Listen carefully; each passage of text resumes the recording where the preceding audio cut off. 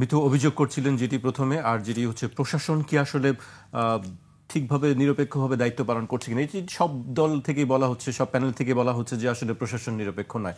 এটি কারণ কি? এটি কি রাজনৈতিক কৌশল প্রশাসনকে একটি চাপে রাখা? কি মনে করেন আপনি?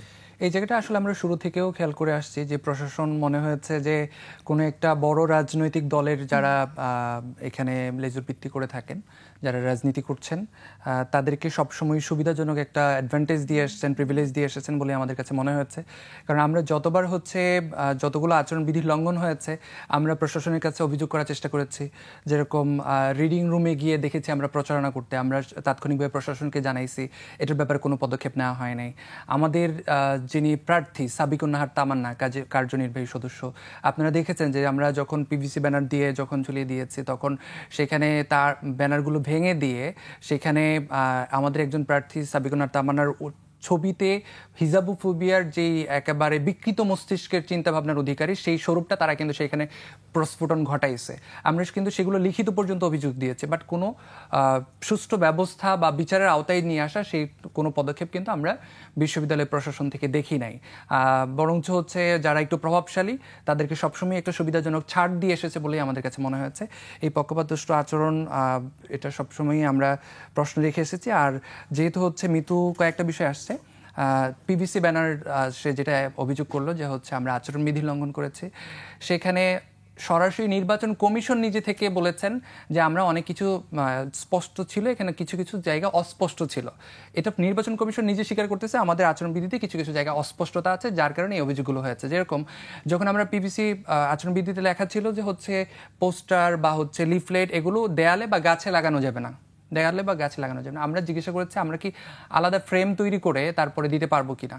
এটা শুধুমাত্র কিন্তু সে যেভাবে বলেছে যে ছাত্র শিবিরকে উদ্দেশ্য প্রণোদিত দিতে পারবে, শুধু ছাত্র শিবির না, আরো অনেকগুলো প্যানেল কিন্তু হচ্ছে পিভিসি ব্যানার ঝুলিয়েছিল ক্যাম্পাসে, ঠিক আছে।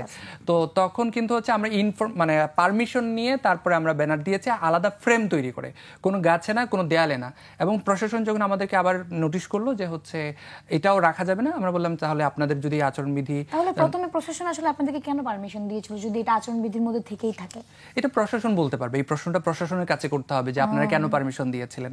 তো সেই জায়গাটা হচ্ছে পারমিশন নিয়ে আমরা করেছি। এবার প্রশাসন যখন জানাইছে যে না এটাও আমরা আচরণবিধিতে ইনক্লুড করছি, আমরা ওয়েলকাম করছি যে ঠিক আছে এবার আপনারা প্রক্টোরিয়াল টিম দিয়ে এটা সরিয়ে নিতে পারেন।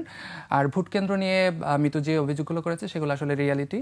আমরাও বোধগম্য না যে 40,000 শিক্ষার্থী, প্রায় 40,000, 39,775 জন, তাদের জন্য 8টা ভোট কেন্দ্রে যদি হচ্ছে ভোট গ্রহণ করা হয় থাকে, আমার মনে হয় যে সকাল থেকে সন্ধ্যাতেও আমরা ভোট কেন্দ্র মানে কালেকশনটা শেষ করতে পারবো না, ভোট কাজ শেষ করতে পারবো না। তো এই থেকে আমরা হচ্ছে প্রশাসনকে ঐক্যবদ্ধ শিক্ষার্থী জোটের পক্ষ থেকে জানাইছি অবশ্যই ভোট কেন্দ্র বাড়ানো হোক। কেন? কারণ একটা শিক্ষার্থী, আপনারা কোনো সংবাদ সম্মেলন করেছেন কখনো? কি সংবাদ সম্মেলন আমরা বিস্তারিত বলেছি, স্মারকলিপি দিয়েছেন? স্মারকলিপি দেওয়া হয়েছে, প্রশাসনকে জানানো হয়েছে যে আপনারা এটা বাড়ান। কেন? কারণ একটা শিক্ষার্থী যদি হচ্ছে লাইনে দাঁড়ায় থাকতে হয় আধা ঘন্টা 1 ঘন্টা, কেন সে ভোট মানে স্বাভাবিকভাবেই তো এই জায়গায় অনুপ্রাণিত করার জন্য, সহজীকরণের জন্য, যেন স্বতঃস্ফূর্ততা বাড়ানোর জন্য যত ধরনের আঞ্জাম আয়োজন করা দরকার সেটাই আমাদের দরকার ছিল এই ফেসিবাদ মুক্ত নতুন বাংলাদেশে গণতান্ত্রিক চর্চাকে আর অনেক বেশি উৎসব মুখর করার জন্য। এই জায়গাটাই হচ্ছে আমরা এখনো পর্যন্ত প্রশাসনের কাছে আজকে মিডিয়ার সামনে কথা বলে আমরা আশাবাদ ব্যক্ত করছি। এবং আজকে রাতেও আমাদের প্রেস ব্রিফিং আছে, বিগত প্রেস ব্রিফিংগুলোতে আমরা বলেছি যে হচ্ছে এটা অবশ্যই বাড়ানোর দাবি রাখে, আমরা সেই দাবিটা এখনো রেখে যাচ্ছি। জি।